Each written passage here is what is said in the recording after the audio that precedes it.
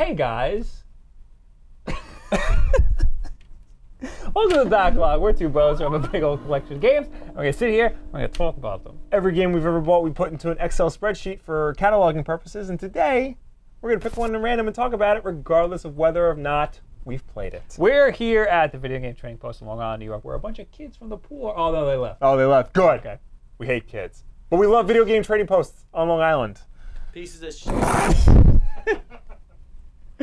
I'm going to pick a random number. Yes. 98. Okay.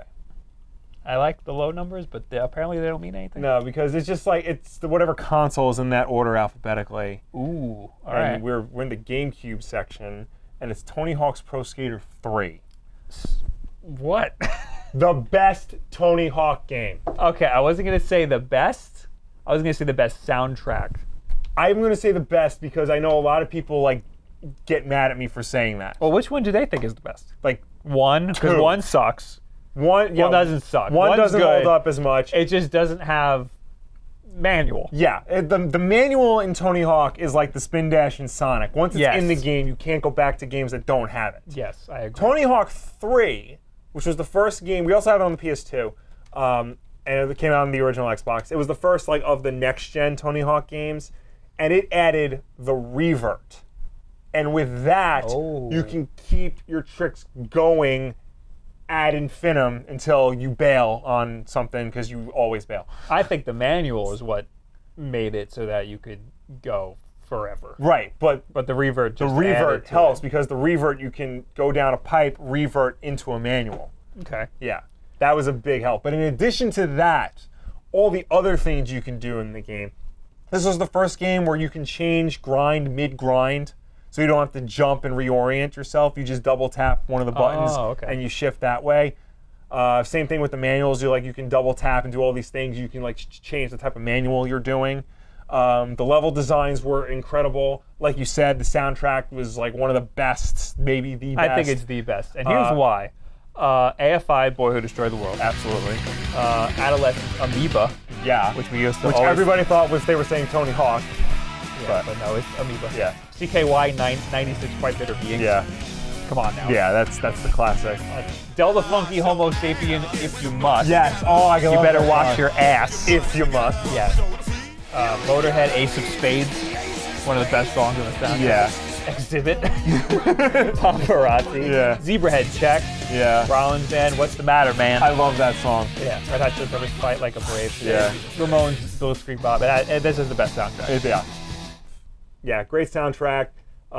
Great levels. You know, the way they did the warehouse in this, the first level, was very cool because it had like lava hazards, and the secret areas you can unlock in it were like really elaborate and ornate and really cool. The Canada level was awesome. The second level, the cruise ship was really good. Like that was like one of the last levels you can unlock in the game. There are unlockable characters, Yes. like, for example, Darth Maul. Yes. I don't remember Wolverine. This list has Wolverine. Yeah, might not have been the GameCube version. Well, Doom Guy was apparently unlockable PC on the PC version, yeah. Oh, there's Wolverine. Hey, look at that. Which one was Spider-Man unlockable in? 2. 4? Tony Hawk 2. 2. Okay. Yeah. Yeah. Yeah, apparently Wolverine was unlockable in this one. Okay. But yeah, Darth Maul, I remember Darth Maul. Yeah. That was a big deal. There was a couple of others, I think. There was, Yeah, well, so Darth Maul, Wolverine, Officer Dick. of course, he was the classic one. Uh, Private Carrera, the other classic character you can Ollie unlock. the Magic Bum, remember him. Yes. Yes. Kelly Slater. Yeah. Well, because that was around the time they started doing, Activision started doing the extreme sports, other things. So Kelly Slater's Pro Surfer, Matt Hoffman's Pro BMX. There was a Pro Wakeboarding one. I'm pretty sure that the Kelly Slater Pro Surfer game is the only surfing game. Might be. Like professional straight up surfing. Yeah, because there's like TNC Surf Co. But but that's like a mini game within the game. Like, yeah. What was cool about Doom Guy on PC is his air stat was 1, because Doom Guy can't jump. Oh. The original Doom Guy. So you say most people think 2 is the best Yeah. Star Wars? Yeah. Tony Hawk game? Yeah.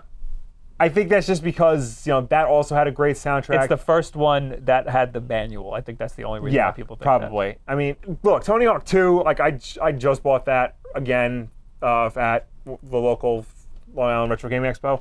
I played a little bit of it, and it's still good. Like, it still holds up.